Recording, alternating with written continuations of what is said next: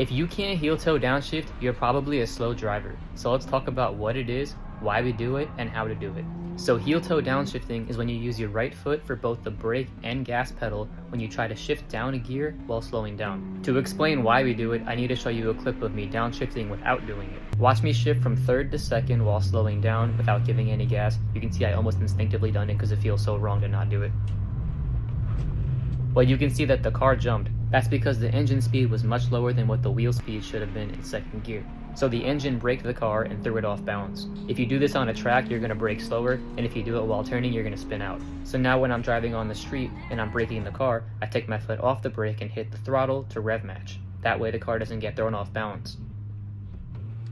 But the problem is that when I do this, I gotta take my foot off the brake, which means I'm gonna brake slower.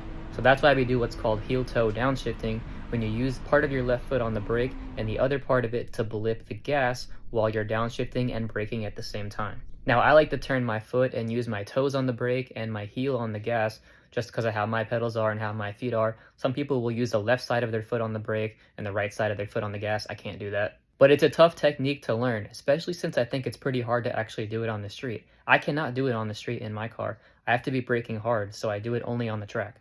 The difficult part is keeping the brake pressure exactly the same while rolling your foot over to the gas. So you need to practice. And you could try practicing in a simulator first, but ultimately the pedals in your car are going to be different and you're going to have to learn again. So good luck, and if you can't figure it out, go cheat and buy an automatic.